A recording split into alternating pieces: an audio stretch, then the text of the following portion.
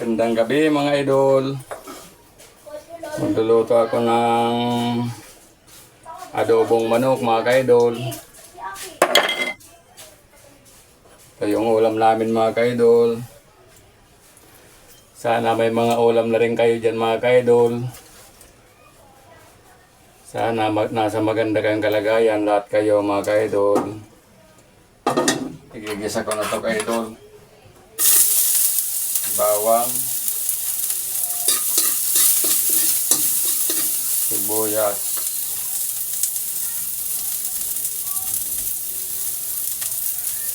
sabay-sabayin ko na ito kaidol.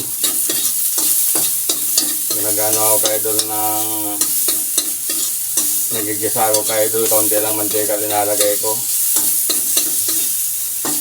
Kasi yung manok mga kaidol nagmamantika pa yan.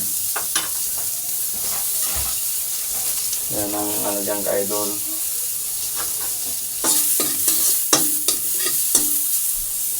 Yan ang mga ka-idol.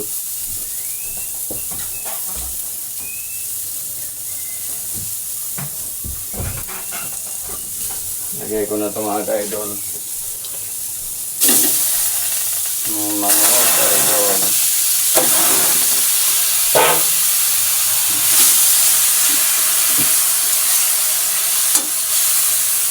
Amin ko muna yung ka-idol para magtubig siya. Palapasin ko muna yung katas niya ka-idol.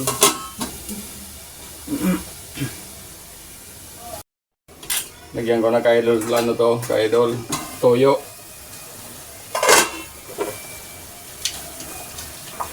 Toyo muna ka-idol. Tapos lagyan ko na rin ka-idol ng suka. Para tanggal ang lansa ka-idol.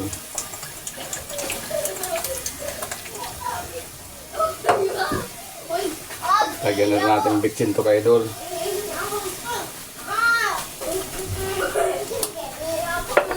Takpang ko ulit ito ka-idol.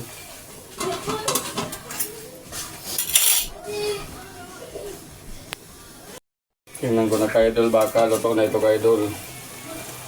Dinaluin to ka-idol. Ayos to ka-idol, masarap to ka-idol.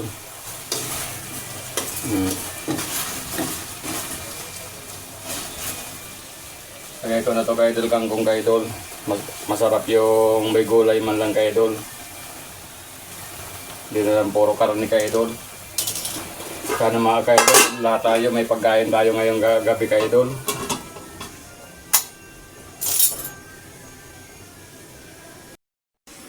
Tingnan ko na ka-idol. Tikman ko na kung ayos ang lasa ng mga ka-idol. Malapit na to ka-idol maluto.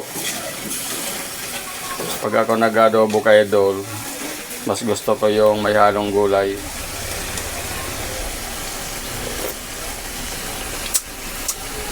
Kaunti pa ka-idol.